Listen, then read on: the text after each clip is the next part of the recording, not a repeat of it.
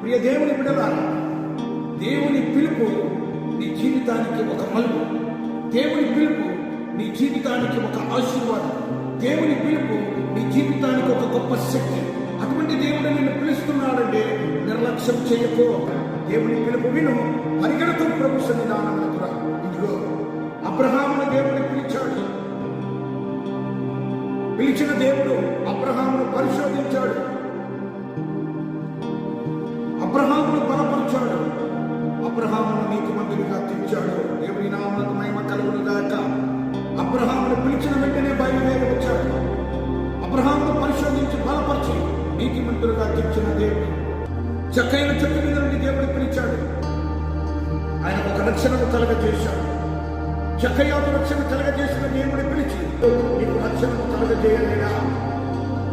12 మంది శిష్యులను పిలిచాడు.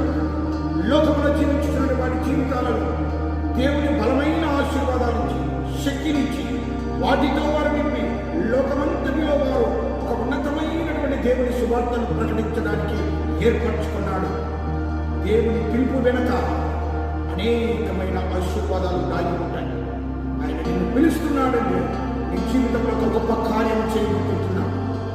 ఆయన నిన్ను తన సన్నిధానంలో రమ్మని పిలుస్తున్నాడంటే నీకున్న కన్నీటి బాధ నుండి సమయంలో తీయబోతుంటున్నాడు. ఆయన నిన్ను పిలుస్తున్నాడంటే నీ హృదయంలో ఉన్న వేదనలు ఆయన ఎక్కడంటే నీకున్న సమస్త బాధల నుండి నెమ్మది కలిగించబోతుంటున్నాడు.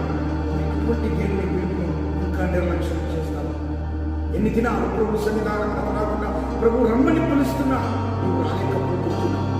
ఈ లోకంలో కష్టాలు ఉంటాయి, శ్రమలు ఉంటాయి, కన్నీళ్లు ఉంటాయి, ఇదిగో ఇబ్బందులు ఉంటాయి. అనేకులు నిందించేవారు ఉంటారు, హింసించేవారు ఉంటారు. వారి వైపు చూసి వారి మాటలను విలువిస్తున్నావు. కానీ నిన్ను పిలిచి నీ విలువను పెంచి తన విలువను నీకు ఇచ్చినటువంటి దేవుని యొక్క పిలుపును, ఆ మాటను నువ్వు నిర్లక్ష్యం చేస్తున్నావు. దేవుని పిలుపు విను, నీ జీవితంలో అనేక ఆశీర్వాదాలతో. దేవుని పిలుపు నువ్వు విను, అనేకమైన దీవెనలతో అప్పుడు నిన్ను కాపాడుకోవడమే కాదు, కానీ నీ జీవితంలో అద్భుతాలు ఆశ్చర్యాలు చూస్తావు.